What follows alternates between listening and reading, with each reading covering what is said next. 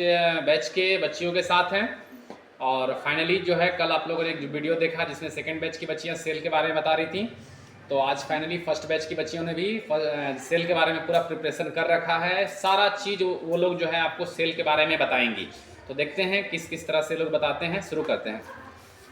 पहले बात करेंगे कि सेल क्या है। Cell is the smallest unit that perform all life activity. Cell हमारे जीवन का सबसे छोटा मूलभूत इकाई है, सबसे बेसिक यूनिट है। सेल हमारे शरीर में कुछ फंक्शंस को रेगुलेट करता है, जैसे कि सेल हमारे स्ट्रक्चर एंड फंक्शनल यूनिट तो है ही, साथ साथ ही हमारे ग्रोथ एंड डेवलपमेंट में हेल्प करता है, हमारे मेटाबॉलिज्म को करता है, रिप्रोडक्शन करता है और ट्रांसपोर्टेशन, कम्युनिकेशन और डिफेंस करता है। सेल का मेनली दो टाइप्स है, एक तो होता है प्रोकैरियोटिक और एक यूकैरियोटिक।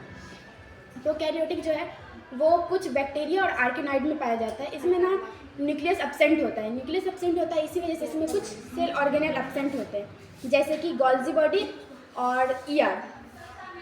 इसके बाद इसमें हमारा रिप्रोडक्शन जो होता है वो एसेक्सुअली होता है by the help of binary fusion. ये इसका जो सेल साइज होता है वो स्मॉलर होता है यूकैरियोटिक से। इसका सेल साइज जो है वो 0.1 से 5 माइक्रोमीटर तक होता है। अब आते हैं यूकैरियोटिक। यूकैरियोटिक जो हमारे प्लांट्स, एनिमल, फंगी में पाया जाता है। इसमें एक वेल डिफाइंड न्यूक्लियस होता है, इसीलिए इसमें सारे सेल ऑर्गेनेल्स पाए जाते हैं, जैसे कि गोल्जी बॉडी और फिर ईआर, सब कुछ। इसमें जो हमारा रिप्रोडक्शन होता है वो सेक्सुअली और एसेक्सुअली दोनों होता है। इसका जो साइज होता है वो प्रोकैरियोटिक से बड़ा होता है, ये 10 से लेके 100 माइक्रोमीटर तक होता है। Cell membrane. सेल मेम्ब्रेन हमारे सेल के आउटर मोस्ट लेयर है, जो हमारी सेल के बाहरी परत है। ये हमारे सेल के इनर और लिव्स में सेल होते हैं। ये सेमी परमेबल भी होते हैं, क्योंकि इसमें कुछ सब्सटेंस अंदर जाने देते हैं और कुछ को नहीं, इसीलिए हम इसको सेमी परमेबल भी बोलते हैं। हमारा नेक्स्ट है साइटोप्लाज्म, जो कि एक सेल ऑर्गेनेल है। ये एक जेली लाइक फ्लूइड होता है। इसमें हमारा बहुत सारा केमिकल रिएक्शन होता है।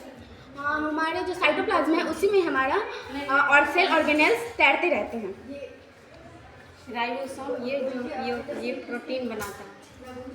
लाइसोसोम एक सेल है जो हमारे सेल का एक पार्ट है। वो पुराने सेल्स को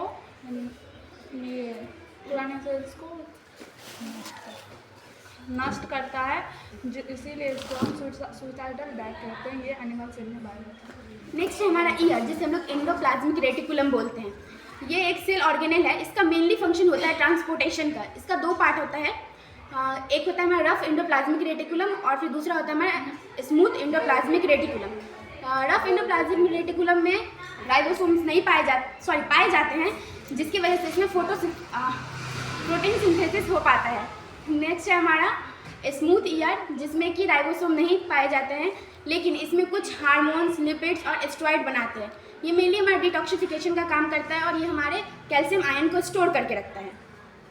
माइटोकॉन्ड्रिया एक कोशिका का एक छोटा सा भाग है जिसे पावर हाउस सेल के नाम से भी जाना जाता है। इसे एटीपी ऊर्जा उत्पादन करने में निर्माण करता है। साइटोसोम यह कोशिका का भाग है जिसमें सेल डिवीजन होता है। न्यूक्लियस यह सेल के ऑल एक्टिविटी को कंट्रोल करता है। इसके केंद्रक में डीएनए होता है और डीएनए प्रोटीन बनाने का कार्य करता है। गोल्गी ऑपरेटर यह हमारा एक ऑर्गेनेल है जो हमारे ट्रांसपोर्टेशन, पैकेजिंग, लिपिड और को ट्रांसपोर्ट में कार्य करता है। Cell wall present only plant cell, यह हमारे पादप कोशिका में पाया जाता है। यह सेलुलोज से मिलकर बना होता है और इसमें हमारा सेल पार्ट्स, फंक्शन और पार्ट्स के फंक्शन सारा कंप्लीट हो गया। तो हमारे चैनल को लाइक, सब्सक्राइब और शेयर करिएगा। चैनल का नाम है Ambika Singh nursing blog. Okay, bye.